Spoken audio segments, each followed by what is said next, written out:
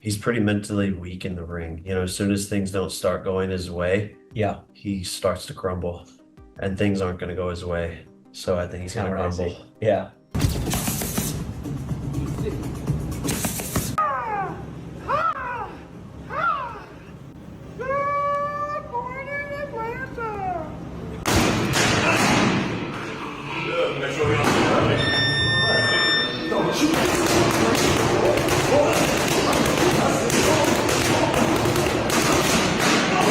Jake Paul reacts with shock as Gervonta Davis's intense sparring clips surface. Jake says it excites him when people criticize or doubt him because it makes every fight more thrilling. He adds that he's still training hard and staying focused. Jake confidently states that he wanted to fight Tank for a long time, and now that it's happening, he truly believes he can beat him. Stand on business and Yeah, say the other I mean- person's gonna win. I like it. So when he It makes it fun. When he lay your boy out, you know what I mean?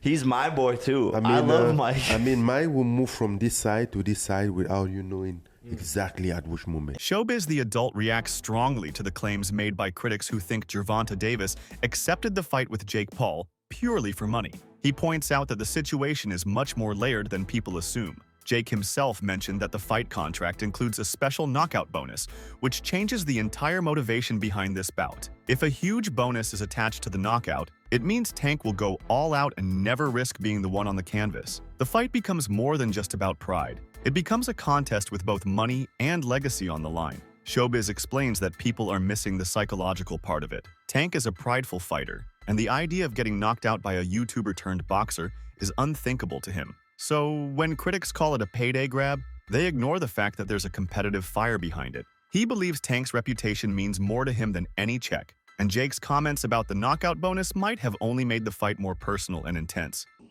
You guys told me that Gervonta Tank Davis is just taking this fight for a payday. He's just trying to get to the bag. Well, you got the fight itself, which is a payday, and you got a KO bonus on top of that, a big bonus. That's what Jake Paul said. They're going to get a big, big bonus. And they got a side bet of $2 million. Let's make it two. Y'all gonna shake on it? Yeah. Shake on it? Jake, $1 Shake million. on it? 2 mil? 2 mil? 2 mil. Let's do 2 it. mil. Go get a shake. Oh, they're shaking left you. 2 mil. There we go. Oh, my fuck. Why not get the entire bag? Whenever I got good food on my plate, I clean the plate.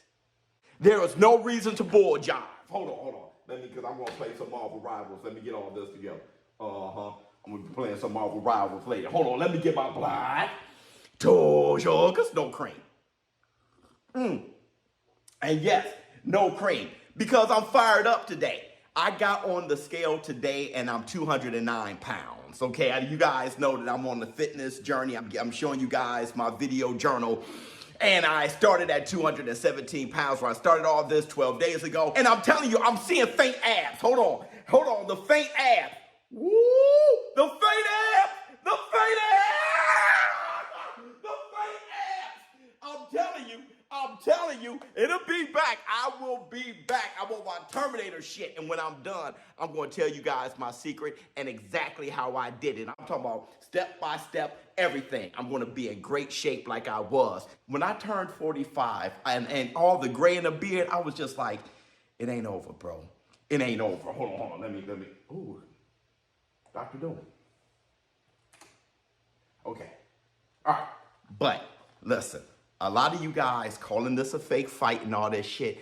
I'm going to quote one of you in the war room. I forgot, one of my show business partners said, was it Justin Hill? I forgot who it was. You guys said, you said something like, and if I misquote you, I'm sorry, but it was dope. You said something like, if this is a fake fight, it definitely has real consequences. I keep telling you guys, man, if it goes on their real record or not, whatever it is, you know what you saw. It's just like Ryan Garcia versus Devin the American Dream Haney. Devin Haney is still undefeated, but we know what we saw. You cannot erase what we saw. If Jake Paul knocks out Tank Davis, there's some real circumstances. The shit goes viral, and I'm going to lose $10,000. Jake Paul isn't just going to win in this exhibition. but he's also going to get a knockout bonus and an extra $2 million. Robert Garcia approaches the situation with a veteran's point of view. He says there's technically nothing wrong with Tank taking this fight with Jake Paul. It's his career and his decision, but it's the timing that feels wrong.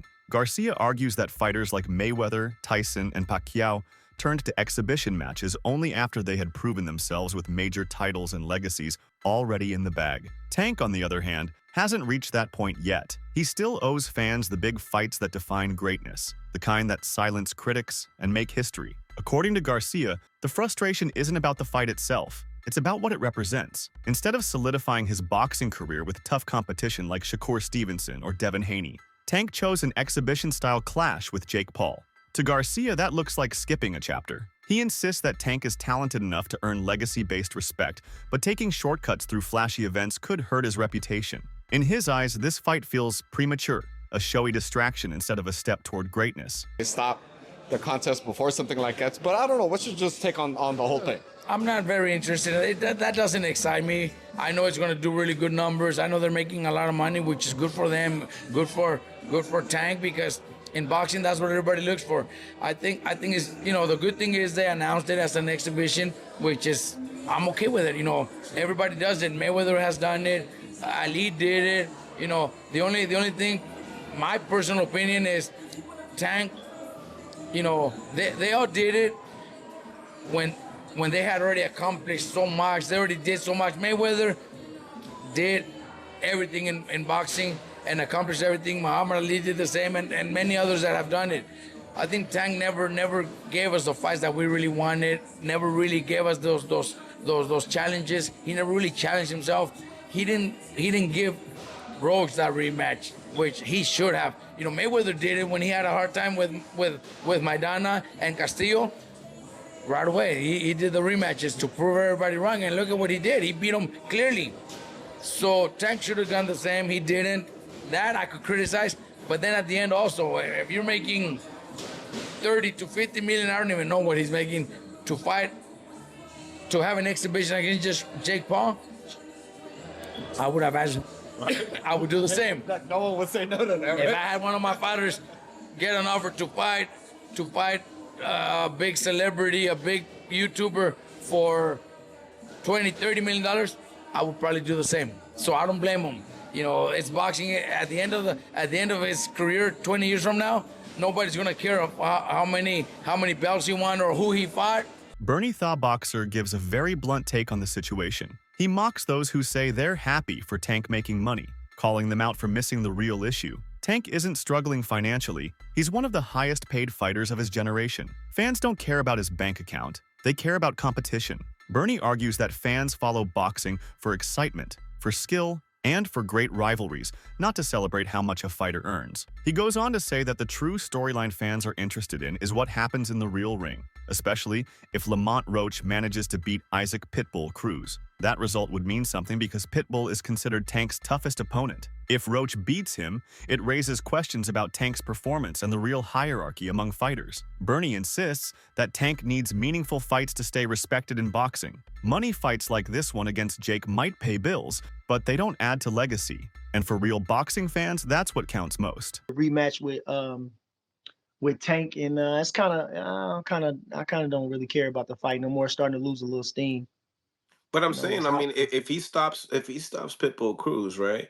Don't you think that people would want to see, Lamont and Tank more due to the fact that, Tank had a hard time with Pitbull?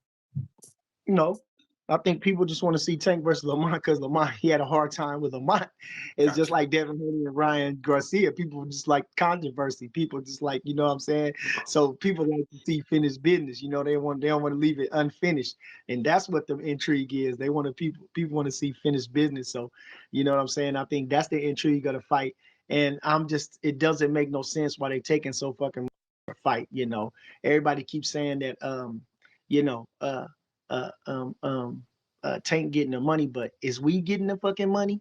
Is we bidding out for the fucking money? Is he gonna give us some of the money? Are we waiting on him to feed us any bit? No. I want what I want. Fuck that. I'm selfish. I'm a fan. I want to see the fucking fight. I don't want to see no fucking circus.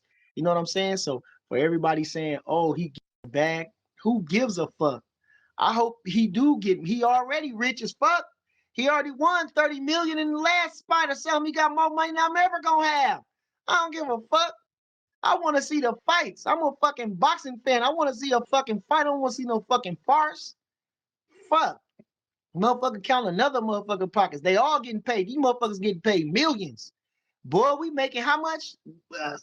60,000, 40,000 every motherfucking day, going to work 9 hours a day and shit. And then coming home with come on, waiting on income tax and shit like that to get some big bread. Come on, man. I'm talking about the average person.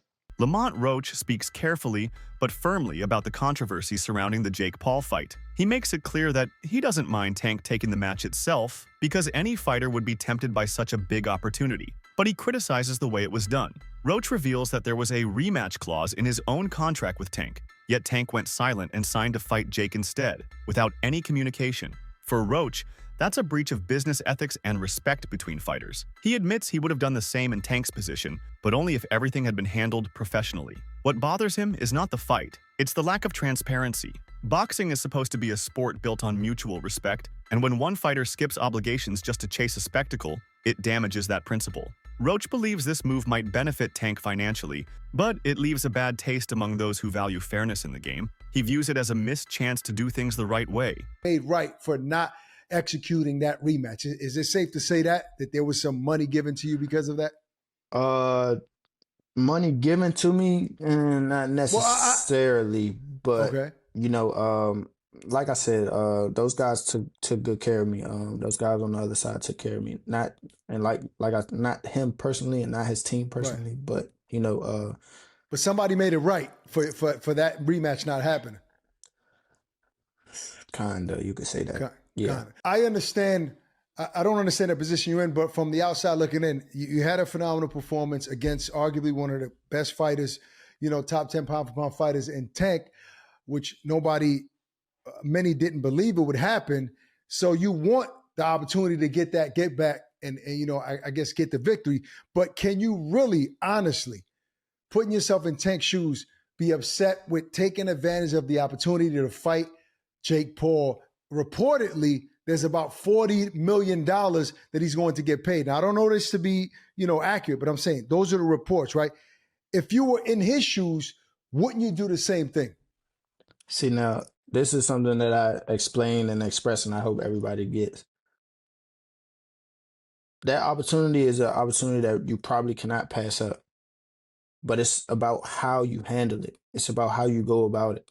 A lot of people don't know that he actually exercised his rights to the rematch, so that contractually binds us to a fight.